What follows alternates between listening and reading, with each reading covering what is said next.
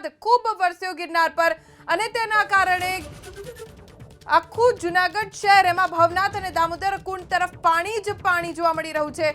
જૂનાગઢ શહેરમાં 2 કલાકમાં 3.25 ઇંચ વરસાદ વરસ્યો તો ગિરનાર પર્વત પર 5.5 ઇંચ વરસાદ વરસ્યો છે। જૂનાગઢ કલેક્ટરે દામોદર કુંડ ભવનાથ તરફ ન જવા માટે અપીલ કરી છે। લોકોને કામ સિવાય બહાર ન નીકળવા માટે કલેક્ટર તરફથી સૂચના આપવામાં આવી છે। ગિરનાર પર્વત પર ધોધમાર વરસાદ વરસ્યો જેના કારણે પ્રશાસન એલર્ટ મોડ પર આવી ગયું છે। જૂનાગઢ શહેરના અનેક વિસ્તારોમાં પાણી ભરાઈ ગયા। શહેરની અનેક સોસાયટીમાં પાણી ભરાયા।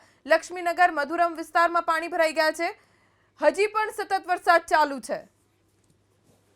જૂનાગઢમાં 6 થી 8માં ખૂબ ભારે વરસાદ નોંધાયો છે। ગિરનાર પહાડ પર 5.5 ઇંચ જેટલો અને સિટીમાં 3.5 ઇંચ જેટલો વરસાદ નોંધાયો છે અને આને કારણે સિટીમાં પાણીના ખૂબ મોટી પ્રમાણમાં આવક થઈ છે।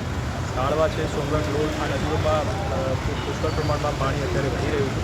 આપના માધ્યમથી ખાસ મારી શહેરીજનોને વિનંતી છે કે બિનજરૂરી અત્યારે ઘરમાંથી નીકળવાની ટાળશે અને તંત્રને સહકાર આપશે।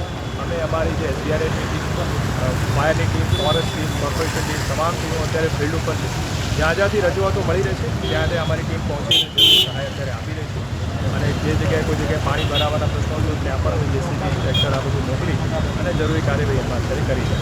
આ પાણી જે છે અત્યારે નીકળી અને ગેડ વિસ્તારમાં જતું હોય છે એટલે જે મંજલી છે, માંગરોળ છે, બીજા જે તાલુકા છે ત્યાંના સરપંચ તલાટીને પણ અમે અત્યારે એલર્ટ કર્યા।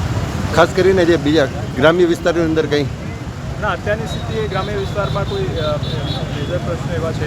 એક મેસેજ વિજાપુર નજીકના ગામમાંથી મળે ત્યાં એસડીઆરએફની ટીમ મોકલી છે અને એના માટે જરૂરી કાર્યવાહી અત્યારે કરવામાં આવી। જૂનાગઢ શહેરમાં સોસાયટીમાં ક્યાંય પાણી ભરાણા? સોસાયટીમાંથી મારા પાસે લગભગ 3 થી 4 જગ્યાએ મેસેજ મળ્યા હતા કે જ્યાં પાણી પહોંચ્યા હોય ત્યાં અમે કોર્પોરેશનની ટીમની મદદથી જરૂરી ટીમો મોકલી અને ત્યાં પાણી નિકાલ માટેની વ્યવસ્થા કરી।